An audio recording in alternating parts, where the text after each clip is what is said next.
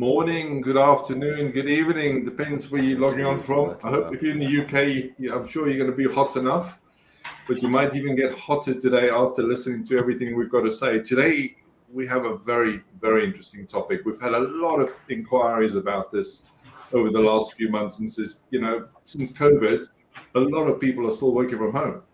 And how can we improve our security? So we're going to discuss in the session today. We've only got an hour, and they normally go back so quickly. We're going to share case studies.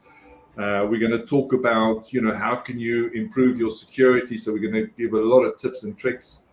How to scan your network, for instance. We're going to talk about IoT, Internet of Things, of devices. Did you know there are 30,000 new devices being added to the internet every hour, and most people don't set them up securely and then wonder why they get hacked? Anyway, that's another story. We're going to talk about obviously securing your data that you're sharing at home, and what is shadow IT, VPNs, virtual private networks. Are they the answer to everything or not? Do they even work? Are they dangerous? Not dangerous? We're going to talk about firewalls and what type of security services are there. Encryption. Is encryption a good idea for your laptop or PC? I'm going to show you a brilliant website later called showdown.io, where you'll see where all the current devices, IoT devices, are up publicly for anybody to look at on the internet. And then, of course, we're going to, if you have any questions for the panel today, please just post them in the chat. And Mac, gladly, we're sitting there in the background, is going to help us. We're also going to talk about, like I said, many different ways, especially on how to get the best protection working from home. So we have our panelists here today. We've got obviously myself. I'm the CEO of Security Over There. Our mission is to educate and protect at least 1 million businesses from cybercrime before 2026, and that's why we do these sessions. I think this is our 12th or 13th session that we've done so far. So I encourage you, go back on our Security Everywhere page, have a look at the old sessions that we've done and share them out, because there's so much learning in there that you'll find. We've also got Piers Moore here, which is a company that we have teamed up for many years now, and he runs a company to do with remote, or especially remote working and secure remote working. So we're going to hear from him. We've got Theo here, who heads up our cyber security consultancy arm, and we've got Paul Lopez, very famous man from the Eastern Cyber Resilience Center, which I'm looking forward to. You're looking a bit red there, Paul. Is it too hot in your house? Are you okay? No, just came back from Corfu. Ah, that's why. So you've got no excuse. You should be brown by now. But anyway, and then we've got Ben as well. Ben, who's my right-hand man. I don't know where he's gone for a second, but he's here somewhere. I'm sure you'll connect back in a second. So let's start I want to start with a case study, because Theo does a lot of audits on businesses, on houses, on people. I'm talking about cybersecurity audits. And if you don't mind, Theo, can you share the latest experience of a recent case study that you did at a house? I'll leave it there. I won't mention people or the names. Hi, Francis. Hi, everyone. Thanks for having me on the call. Sure, I've done a couple of them, so I don't quite know which one you're referring to. One of the most interesting ones I found was where quite a large technology company owner, quite wealthy, their kids utilize their same network, and we found that the networks weren't separated.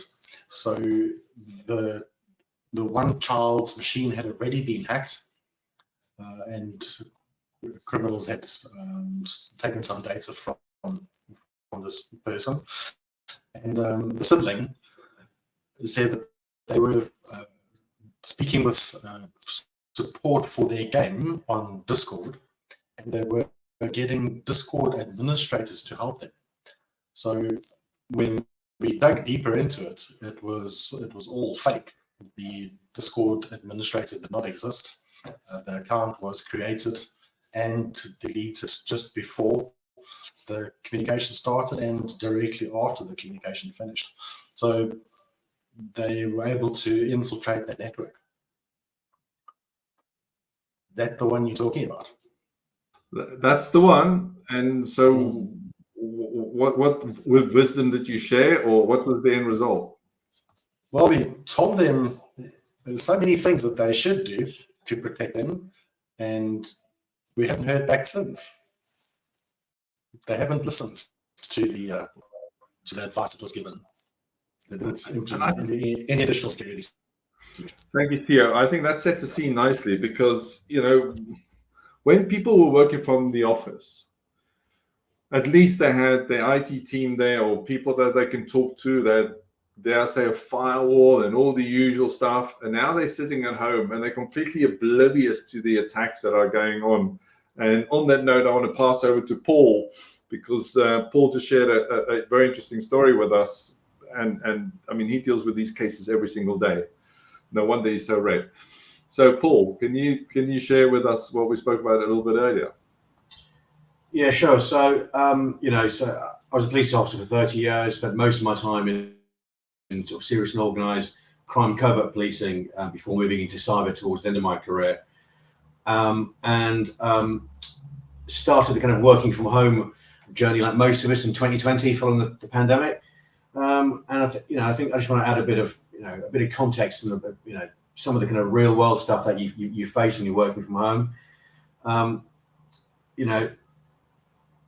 I think we forget, as you said, when you're working from home, you are in your home, you're not in an office, there's no security between your front door and where your computer is. And I was quite often having confidential conversations with people on teams like this and running covert policing operations as well.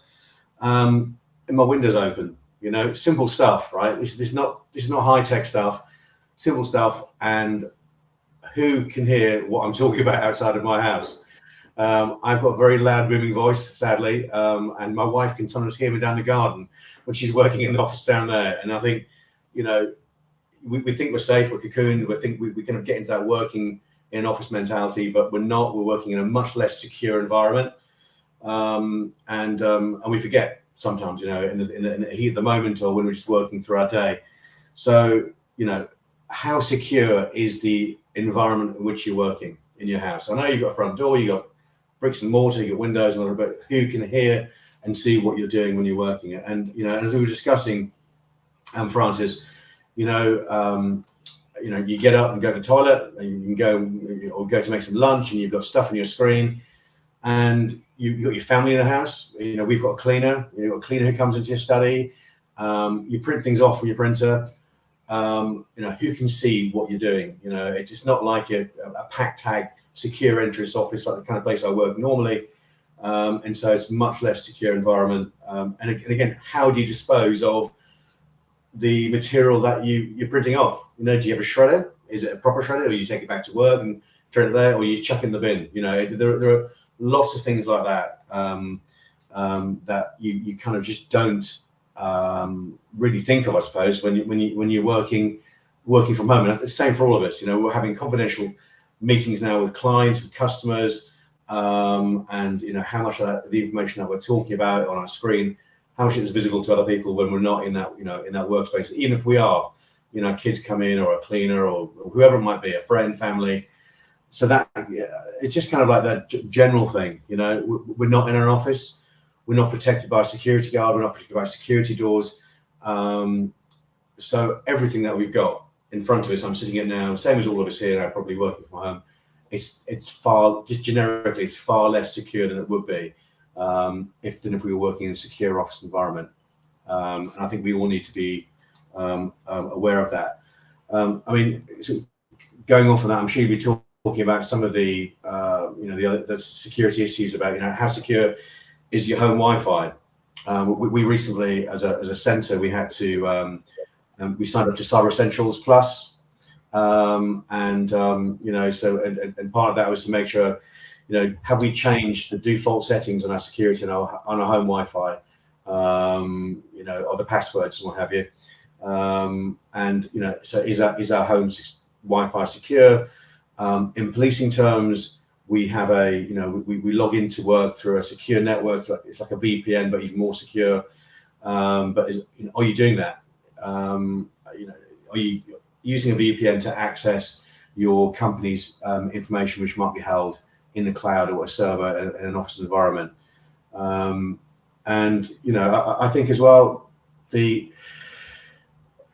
think because you mentioned this about when you're working from home, you're by yourself, you're isolated, you're in a bubble, and so you're just dealing with stuff coming through the emails, and if something comes from your boss and a request comes, or a finance invoice, anything like that at all, when we work together in large offices, which some of us still do periodically, but when we work in an office, if you're unhappy with something, you get up and you go into your boss's office or to the finance director's office and just say, Steve, Louise, I've had this email. Is this actually, is this right? And I think it's because we're working from home, we can't do that. And so we're more likely to be phished or scammed. And statistically, we're more likely to be phished and scammed if we're working from home than if we're working in an office environment, when we can ask those questions of our co-workers, of our colleagues, and what have you. So I think, there's a risk from sort of like phishing emails as well. And finally, I think one of the things you mentioned, Francis, was around, you're working from home and you're in this kind of bubble. How aware are we of what's going on in the organization? Are we aware of the fact that we're currently under a ransomware attack or whatever might be happening? And we're just not, it's something that we're more separate from the rest of the organization. And I think we can be seen sometimes as easy targets to pick off because of that. So it's not very technical what I'm talking about. It's the general sort of things that I've kind of come across and been aware of over the past sort of 2 or 3 years, like the rest of us. So thank you for that information, Paul. But what one of the questions I was meant to ask you earlier, what does the Eastern Cyber Resilience Center do to help people be working more securely from home? And also, if you also could just talk a little bit about the cyber resilience centers around the country, because I think everybody that's either listening to this now or listening to this back should find their local one. Yeah, thank you, Francis. Yeah, so like I said, I obviously worked as a cop. I retired as a police officer last year, but even as a detective superintendent, which was my final post, I was the managing director of the Eastern Cyber Resilience Centre. So we are a network of regional centres across the UK. So each region has its own one. We cover Essex, Kent, Norfolk, Suffolk, Beds, Camden, Herts. So there's 7 counties in the east of England, but everywhere in England, Wales, Scotland have got their own cyber resilience centre. We're funded by the Home Office and also by local policing as well. And we're staffed by police officers or police staff like I am now. And basically, we've been set up to effectively raise awareness of the kind of cyber threats that are out there that can affect businesses across the United Kingdom, and help businesses understand what the risks are and help to show how they can mitigate those risks by using the kind of predominantly the free tools and services that are on offer through the National Cyber Security Centre, who are obviously a government organisation. So we offer free membership to any business that wants to join, and if you join us, you can basically take part in the events and the things that we're obviously offering both in person and also online across the region. We're kind of the first, in many cases, many businesses, when we talk to them, they have nothing in place at all. They've never spoken to a commercial cybersecurity company, and we're the kind of first step on that. We realize that we can't do everything. We can't do this kind of things that you do, obviously, Francis, within your world. But what we can do is raise the awareness of the risk and hand them off to, in many cases, to commercial companies to take those next important steps as well. Yeah. No, I think the Cyber Resilience Centre is doing excellent work, and everybody, if I can just encourage you, have a look. I'll just put the link on there, which hopefully Mac will post in a minute. Go enjoy it. I'm going to be a bit biased, but I think the Eastern Cyber Resilience Centre one and the London ones are the 2 best in the country, but I don't know the rest. I've seen them, but I've not dealt with it. So please go and join them. It does cost you nothing and you'll learn so much. I want to move over to Ben. Ben, how's your connectivity? Is that working okay now?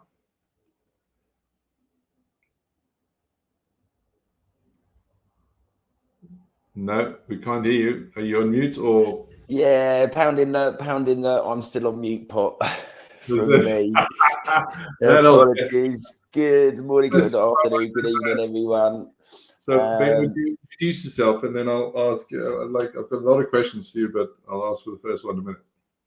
Okay, well, good morning, good evening, good afternoon, wherever you're watching from. It's great to be back on the monthly LinkedIn Live event. Of course, with the pandemic, the need for remote working obviously skyrocketed, and because of all the explosion in Zoom and Teams, that that remote working has now become much more available. But of course, I mean, Paul, you made some great points about, and you came at it from a slightly different angle. It's not just having the devices to do the protection, it's actually not being in that environment with your co-workers and colleagues that's forcing you then to communicate in a different way. It means you can't just get up and that's from my point of view, I come very much technical, firewalls, VPNs. So it was good that you actually took on that sort of the need for that different kind of mindset in terms of how we're sharing the data. So go on, Francis, what would you like me to start off with? I did miss the first few minutes.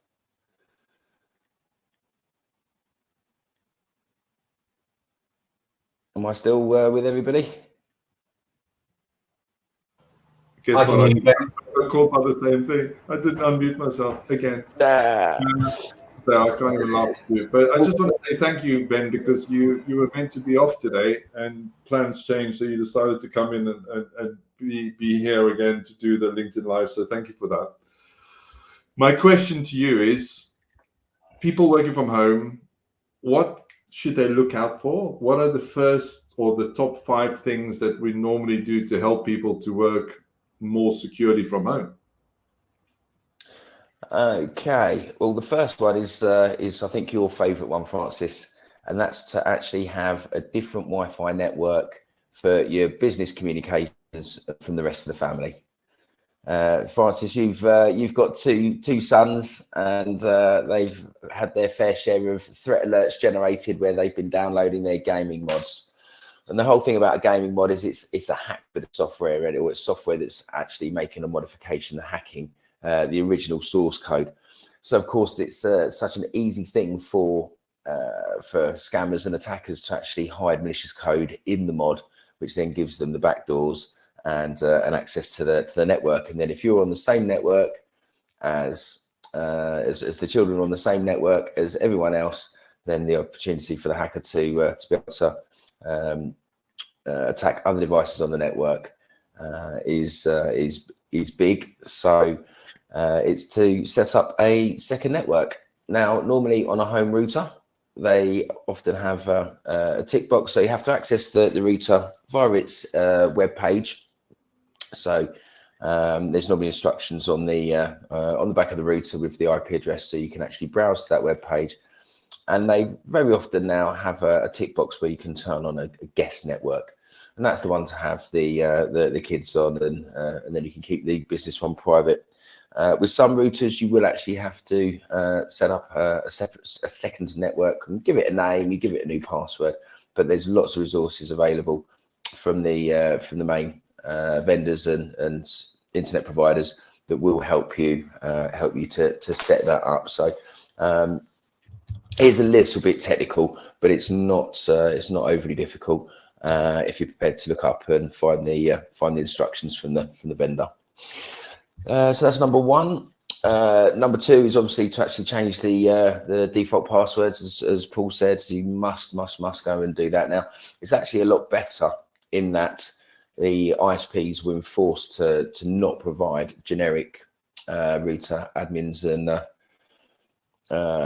because it used to be admin and admin, or admin and password, and it was just a generic thing across all that type of router and that specific model. So the vendors have actually now been enforced to give you a unique one, but generally they are weak passwords. So it's always good to go in and change those as well. So number three is probably about protecting the data. So it's actually how you're sharing that data. And something that's cropped up a lot since the pandemic is shadow IT.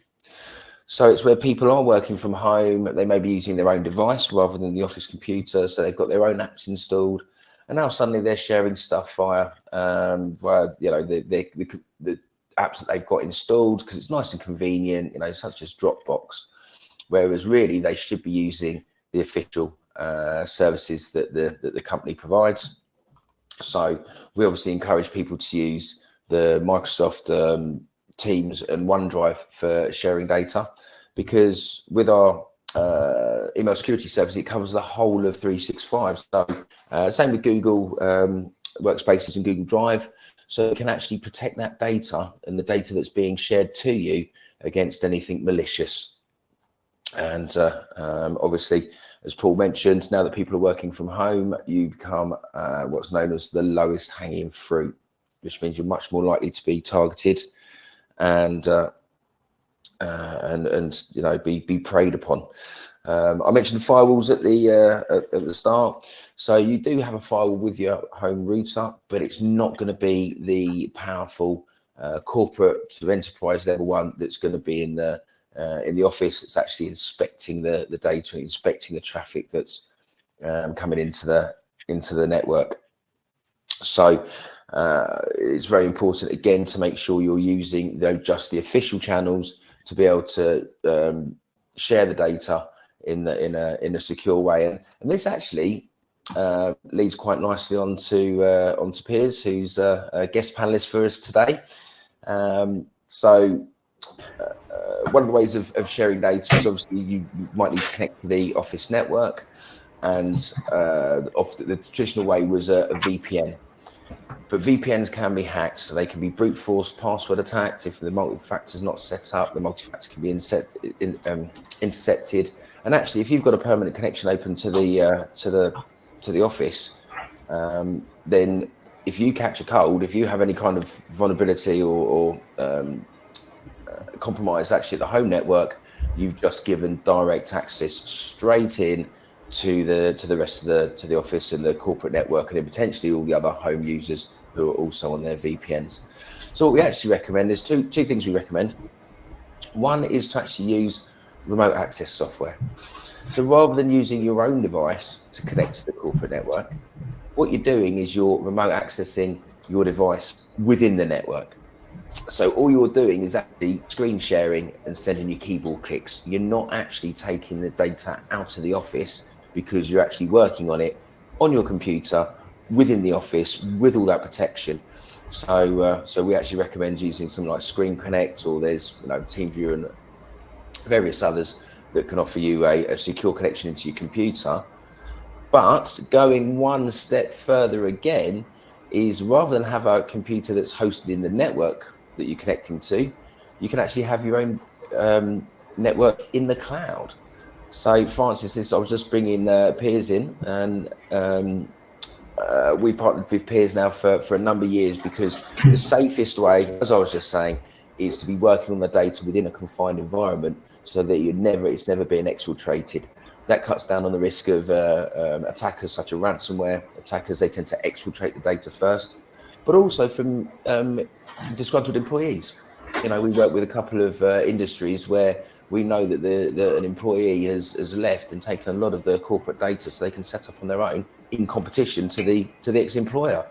But if you can actually contain that data so that it's always within an environment and you're just working on it within that environment, then it's obviously going to be a lot safer. So Piers, would you like to introduce yourself and tell us about your solution?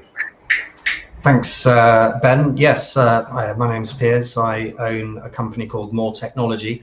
We're a cloud solution provider, and one of our core products, which I wanted to talk about today, is a product that we call Office Anywhere. And it's essentially what Ben's just been talking about. It's a form of virtual desktop infrastructure, a virtual cloud, Windows desktop environment. And the reason we want to talk about it today is it does actually address a lot of the problems that Ben was just talking about previously, about working from home from a device that's potentially vulnerable to other devices on that network. If you haven't done the segregation that they're talking about, And I think the key thing to think about with virtual desktop infrastructure is it's not a new technology. It's been around a long time, and I suspect a lot of people are familiar with using things like Citrix and remote desktop services from Windows. But we've come a long way since then, and with the advent of public cloud like Microsoft Azure, Amazon Web Services, they now have their own proprietary virtual desktop infrastructure solutions built into those platforms, and they're able to provide incredibly secure Windows desktop environments that encapsulate all of your line of business applications, all of your client data.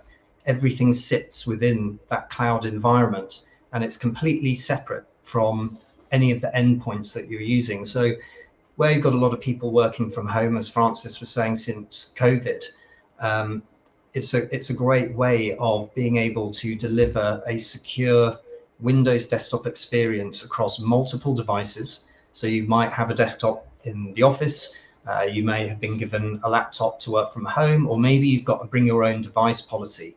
I think this is where it particularly fits nicely, because for smaller businesses who don't necessarily have the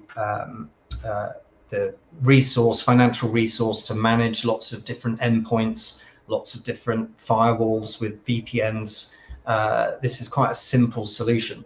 So being able to log in via the web or through the client and deliver a very consistent and secure desktop experience does fix a lot of those security problems that we talked about earlier.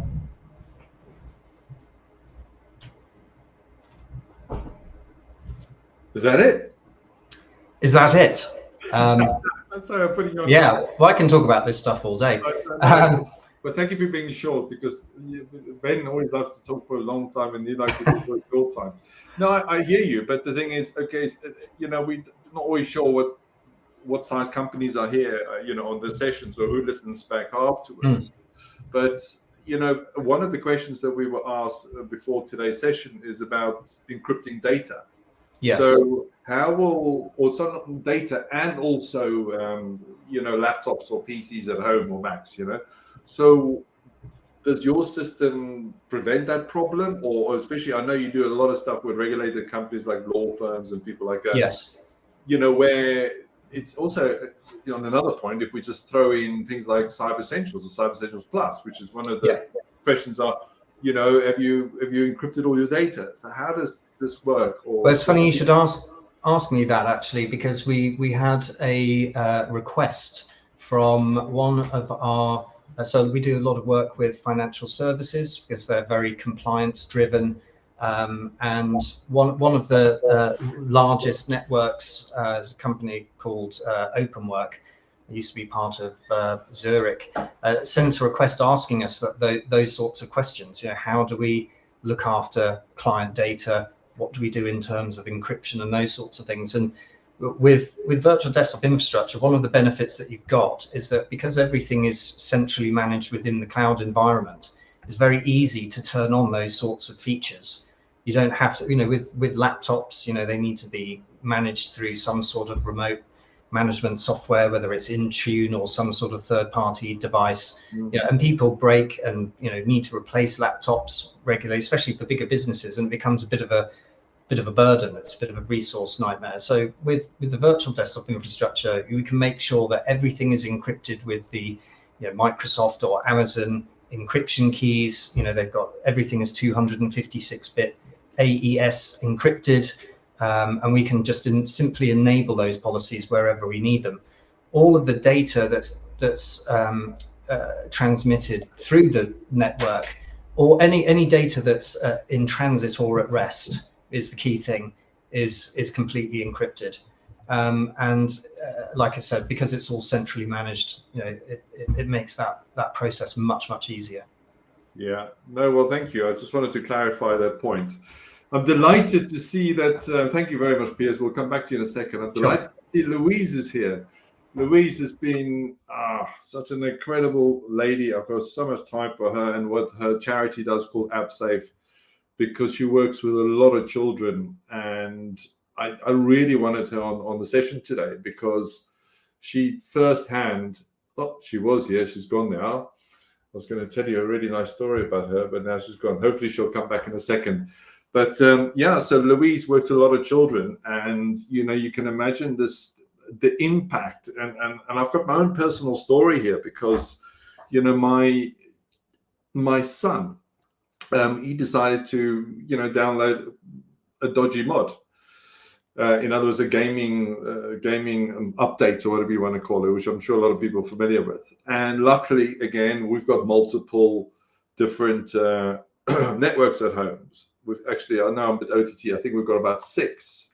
But yeah, so, but the main thing is that the kids do not realize what they are clicking on. They realize what they're downloading on. And before I hand over to Louise, I want to tell you about a quick recent case study or somebody that we helped. And this one person, as in the daughter, sitting on the same wireless network as the mom who works for a large company, downloaded a mod, infected her machine, the infection spread to her mom's machine. The mom's machine was connected via a VPN to the main office. So the infection traveled from the daughter to the mom, down the VPN tunnel securely, and then down every other connected VPN tunnel and took out everybody in the business. All because the daughter machine wasn't secure, and number 2, because they didn't use separate Wi-Fis. So over to you, Louise. So nice that you can make it today. Whenever and if anyone who wants to donate money, please donate it to AppSafe because they do such amazing work. I cannot tell you or recommend them highly enough for the work that she and her team does. So please tell us what you do, and I'd love to hear your opinion about safe working from home, especially when it involves kids and parents. Yeah, thanks, Francis, and thank you for still talking to me after all the trauma I think we caused you and your team and everybody that connected with us at AppSafe.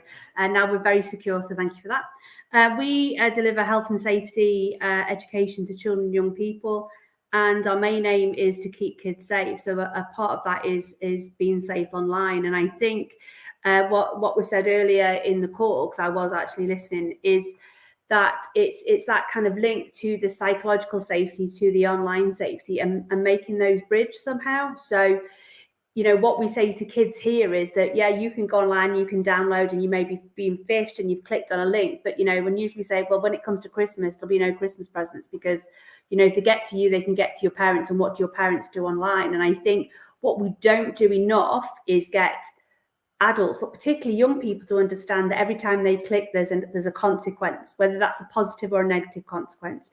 You can click on that and it'll take you to your game on Roblox, and it's all nice, thank you very much, and you're going to build a village and a castle, and you're all going to celebrate. Or you can click on something that maybe isn't secure, and then you are going to lead to the bank accounts of the people that are also associated with that account or that Internet of Things connection. And I think they don't realize that. And I'm always amazed, and I've said this before and I'll say it again, just because they were brought up with the internet does not mean they understand the internet, and it does not mean they understand the safety of the internet. I think, there are, even now, the latest research says there are 5% of kids who are meeting up with people they've never met because they met online. Nearly 40% are still messaging and talking to people they have never had any contact with, never met, never had any prior knowledge of. And this isn't, these statistics aren't going down, they're increasing. We've got an ex-police officer on the call today, and he lived this, and you want to give them the best information that you can, and we've spoken before about needs to get younger, but I think what we miss with the other education we do at AppSafe is applying the knowledge to a real life situation. Okay, so I'll give you a very simple example. We talk about in our when kids come, we sit and they do a quiz, right? And we talk about averages. Okay, what's the average time to get out of a house fire? And they don't understand what our average is. And the teachers will always say, they know what averages are, we've done averages. But what they can't do is apply that knowledge to another situation, to another question. Yes, they know what an average is of if they're doing it in maths, but what they can't do is apply that to the question that's been asked. So I think we can teach young people and kids about cybersecurity, but we need to understand how the application of that is real for them. And that's what we miss. That's the big gap that we have. So unless, because we go over like password security, behavior, protected characteristics, you know, saying to kids, you can't say those things online because it's illegal. And getting them to understand there's consequences for behaviors. And I think that's part of a bigger issue. But I think importantly, if you're sat at home on a computer, there's two things.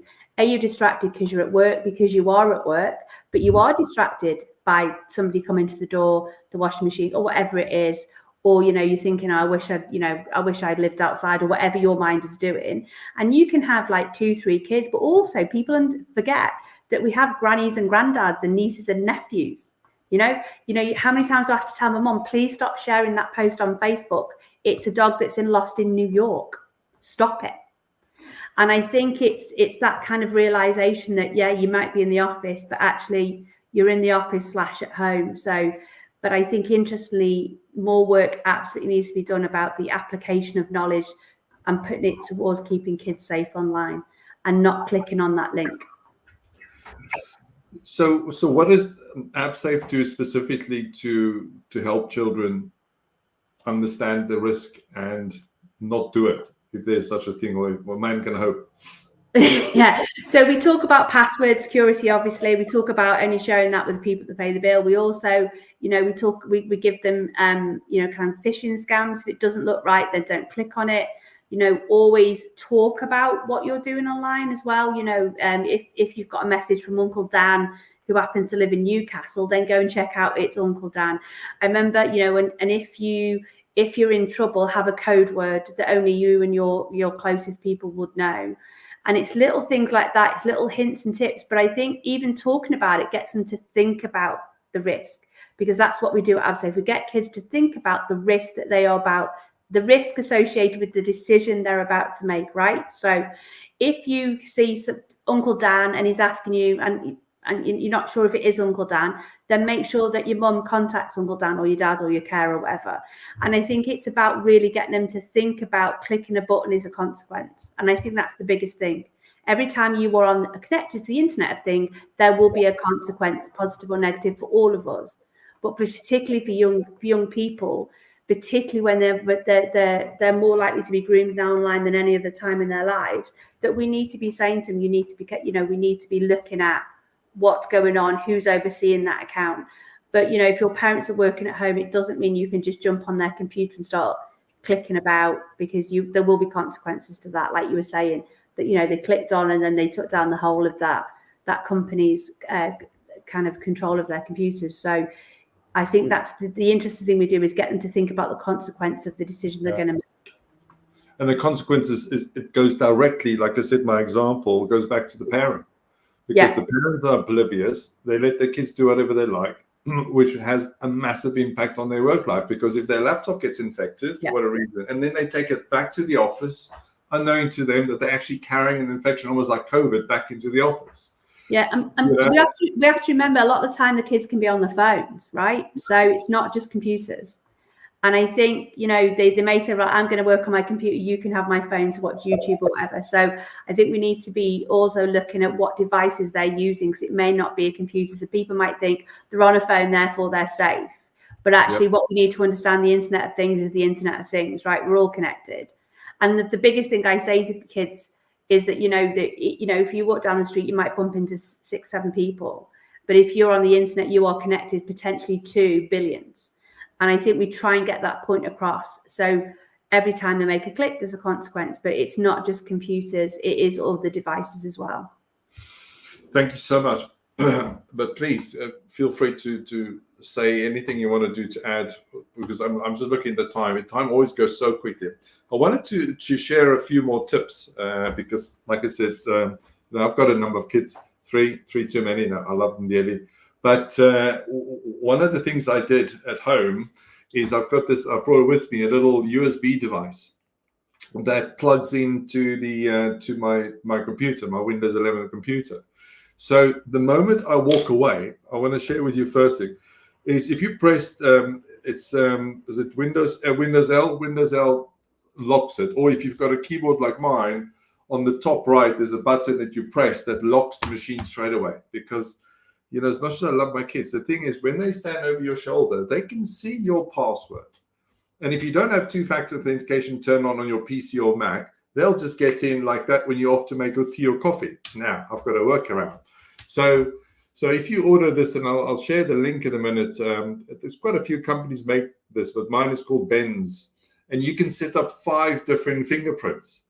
So as you walk away, you lock your machine. And of course, as you come back, you put your finger, your thumb or whatever on, and immediately it unlocks the machine. But the kids can't do it. So they can't even copy your finger, even if they try to chop it off. You know, it's going to be a bit difficult. So for me, it's such an easy thing to do that immediately increases your computers at home. The other good things which I like to expand on, which I'm going to ask Theo. Theo, tell us about YubiKey, because I know you're a massive fan of them. How can they help somebody be more secure at home or at the office? Well, this leads back into that multi-factor authentication process. So if you want to unlock your phone or your computer, you can use the key. It plugs into either USB, USB-A or USB-C, and it works very similar to what you've got there with your fingerprint reader. If you've got any applications that you want to unlock, you can set the two-factor authentication, and instead of typing the code, you can use that key. It works really well. And I'm just whilst you're talking, I'm looking for the link on what's it called, Amazon, so I can share it with everybody. What other devices can they use, or tips can you do to improve people's, especially parents? I'm talking about parent security, working from home. Well, for their own computers, to set auto locks on your computers is a big thing. If they do forget to press the Windows and the L key at the same time, you know, set your screen lock to 5 minutes. I go a bit overboard, I do 1 minute. That's just how I am. Make sure that you're locking down the websites. If you can, install a firewall. Do some content filtering so that kids aren't exposed to things that they shouldn't be exposed to.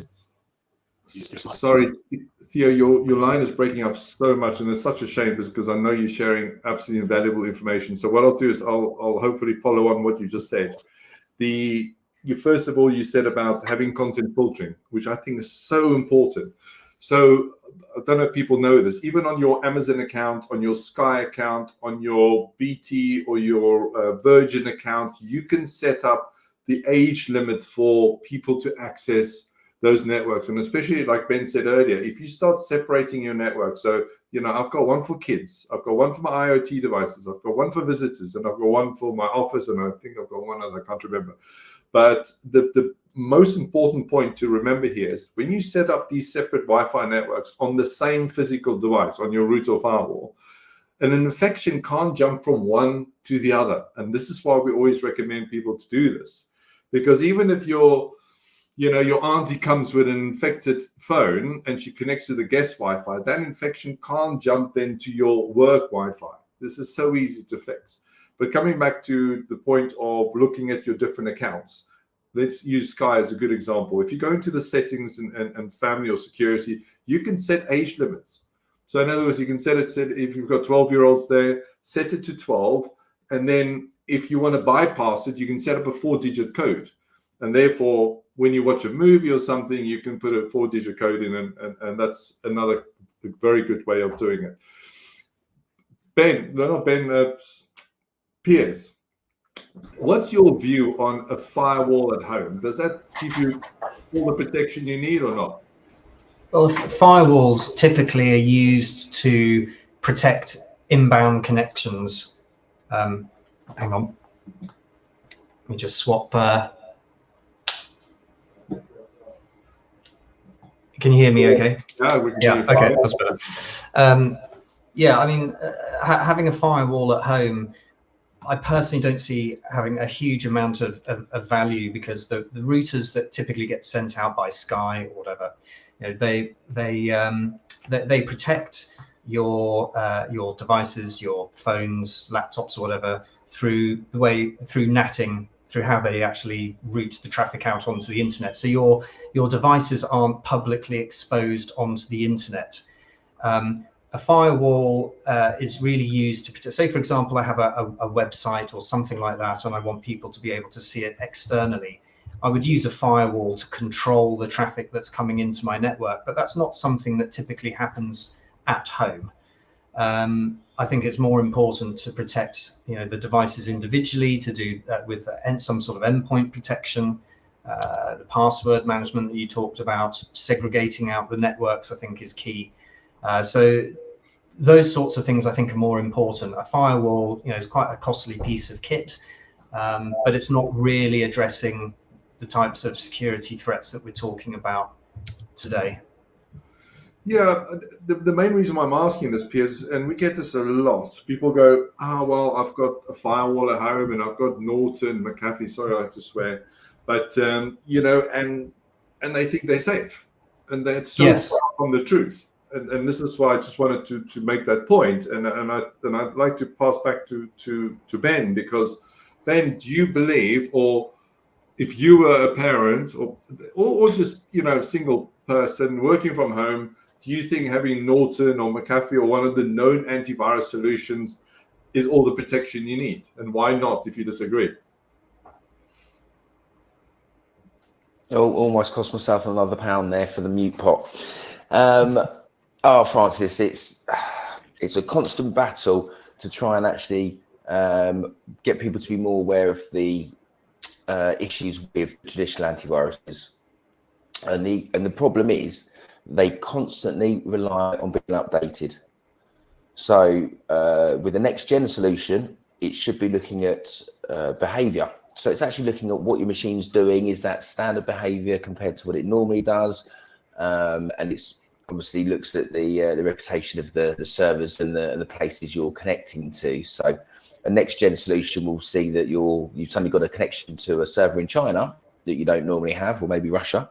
And of course, it can then block that by using its behavioral intelligence. A traditional antivirus, your Nortons, your McAfees, they constantly have to be told what to look for. So they have to be given updates with new signatures and definitions. And people say to us, Francis, with our computer security, but it doesn't do anything. We never see it updating. We never see it running a scan. It's because it doesn't need to be running a scheduled scan. Traditional antivirus has to, because every time it gets an update, it then has to look retrospectively to see if that lurgy, if that malware, if that infection has got onto your device before it got the update and knew what to look for. So it's always being reactive. It's not being proactive. We know that there's, is it a new malware every 4 seconds now? It's the malwares are constantly being developed and evolving so that they can avoid the security scanners, so that they can have a different definition, a different signature to what's already been published, in an update, so they can circumvent this security. There's one I was reading just yesterday, and it's actually an attack on Android devices. But since February 2022, they found 107,000 different variants of this malware, because it's always being tweaked and changed depending on maybe which country it's being targeted at, or which devices it's being, which version of Android. But that's how much effort the attackers and the organized cyber criminals, particularly the big organized networks, they're always modifying and changing those malwares. So it's becoming increasingly difficult for the traditional antiviruses to be told what to know what to look for, because they make one little change and suddenly that previous definition, that previous signature's no good. It's defunct. While we're at it, Francis, I can't help myself. So one of the things that we use SentinelOne for our computer security, and it's this it's a next generation event detection and response solution, similar to CrowdStrike. Of course, we all know what happened last Friday with CrowdStrike, and actually one of the things that was being addressed, is now being addressed from the fallout, is why CrowdStrike needed these updates. It's supposed to be a next gen solution like the one that we use, Francis, but actually it was still relying on these templates It was a dodgy template that caused the memory error that caused all the Windows machines to crash. So, the solutions are still work in progress. But I'm very proud that we went with SentinelOne when we did our product research to have something that is actually truly looking at being proactive without the need for all these updates. Yeah, no, thank you for that. That was a shameless plug there, but why not? Thank you very much. Well, after what happened to CrowdStrike, I couldn't resist, Francis. Listen, could have happened to anybody, but what can I say? The other question, Ben, is you know how we love our examples and demonstrations. A lot of people, when we talk about, again, I'm just coming back to the Wi-Fi side, because for me, this is where I see one of the biggest risks. It's just because people, it's like sitting in this one room where 2 or 3 people got COVID and you don't know they got COVID, in the days before they had the injections. So can you share any tools that we can use to actually scan the Wi-Fi network to see how many people are currently connected to the same wireless network? Francis, that's actually a really good point, that it's good security hygiene to actually give your network a scan periodically to see what is connected and see all the different devices. Or if you're having any issues on the network, to be able to look at what is connected and is somebody connected that shouldn't be. So the PC application I use is Advanced IP Scanner. And what it does is, if you're connected to the router via a cable, or via the Wi-Fi, what it does is it looks at all the different network addresses that are in use, and then provides you with some information about what that device is. And normally it has the manufacturer, and depending on how modern the device is, and the more modern devices provide more information to these scanners. But it gives you a good visibility of all that, and it's.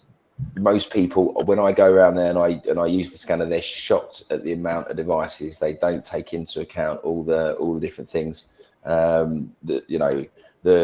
baby monitor, the Ring doorbell, your Sonos speaker and your Lexus, the fridge. Remember we had the one with Francis where the smart fridge got hacked and it cost the guy thousands of thousands because they were crypto mining on his fridge, and it was causing the fridge to use so much electricity, it was costing thousands of pounds a month. Yeah. So it's amazing now with, as Louise was referencing, the Internet of Things. People think Internet of Things and they think, devices in industry, or, like CCTV cameras in the street, but there's actually a whole variety of Internet of Things devices in our home. Advanced IP Scanner. That's the PC. I think there may well be a Mac flavor as well. The one I use actually from my phone. Now I'm Android, but again, I'm sure they've got an iOS version. Is called, let me just double check, Net Analyzer. So again, it's another free app that you can get from the Play and the Google Play and the App Store. And this is actually, it's got 2 great features. It doesn't just scan the network and give you the information about the devices.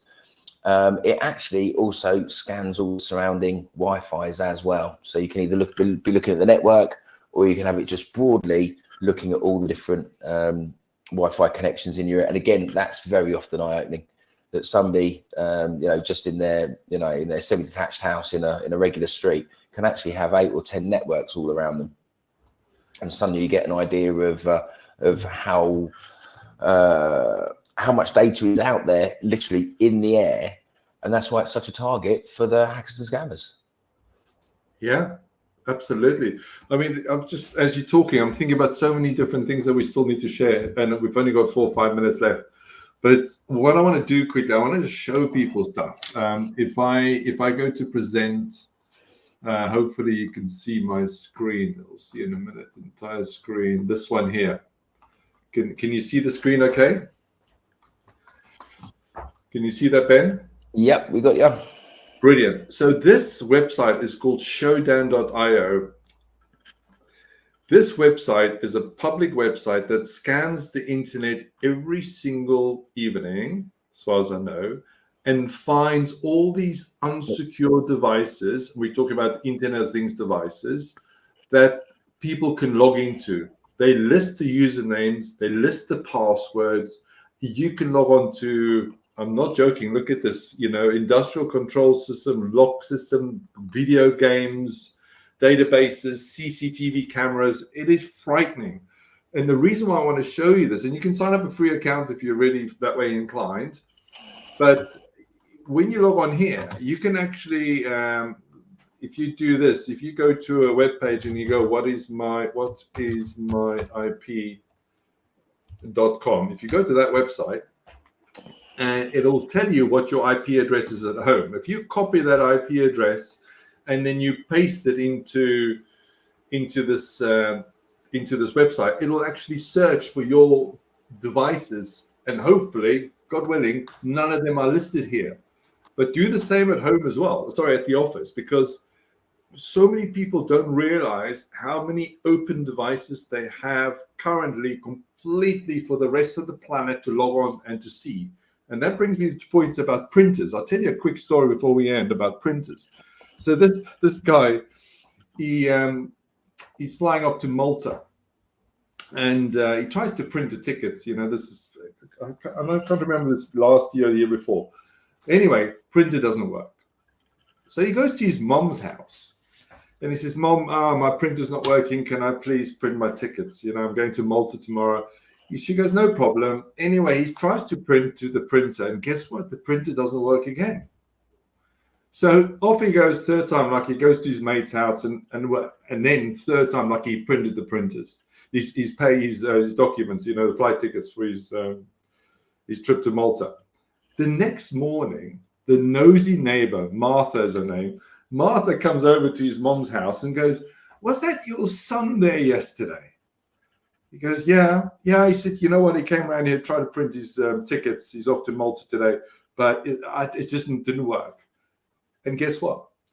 In her hand, she had the printed tickets of her son. Now, think about this for a second. My mistake. He printed the tickets on the next door neighbor's printer. Now, let me tell you this for free. If I can print your printer, what else can I do in your network? And this is the neighbor, because most printers, especially the multifunction printers, have the ability to have their own little Wi-Fi network. So please, can I beg everybody on the call today, go and make sure that either it's turned off if you don't do that kind of printing, or two, that you've changed the default password, because they'll be listed on here. The same, like I said, about your CCTV. A lot of people have CCTV systems fitted at home, and they don't change the default password from admin and admin or admin and password. And then, you're looked at or viewed by God knows who else for years and years, and you'll never know. So please go and look at this. Let me just stop the screen sharing if I know how. Is it working? Is it off? Yeah. I think it is. Yeah. So the other thing which I just wanted to share before we finish as well, because we've got 1 minute left, is that we've also put a link on there just now for our tips. We send out tips every single Sunday, just a single tip. Again, there's a lot to do with home security as well, and working safely from home. Please subscribe to these. Subscribe to your team. Even, it doesn't matter what age. People need to know about this stuff so we can educate them. And of course, they're free. If you have any concerns or any advice you need around getting better protected at home, because a home is just, work is something you do, not a place you go to. And that's why we consider working from home is equally, if not more important than obviously working from the office. I want to just thank everybody that was on the panel today for all their contributions and help. And also some newcomers, Piers, which is his first time. Thank you so much, Paul and Ben, for coming back. And Louise, did we post the AppSafe link? If not, let's do it right now. I want to end on a good note. That'd be great. Thank you, Francis, and thank you for your team's help as well. My pleasure. I highly recommend you all enough, sorting us all out. No, thank you. You are the most secure charity I know in the whole of UK, Ireland, and the world, which is good. I feel quite smug about it. I'm like, yeah, we don't need to do any of those things you suggested because you do it. But if anybody on the call has a few thousand spare and want to, support an amazing charity, please get in touch with Louise. The link is on the screen now. The work they do is incredible, and that's why we support them all the time. Any last words from anybody, or were you ready to go? Silence is golden. I wish you a lovely, safe day wherever you are, and we'll see you next month. Take care. Bye-bye. Thank you, everyone.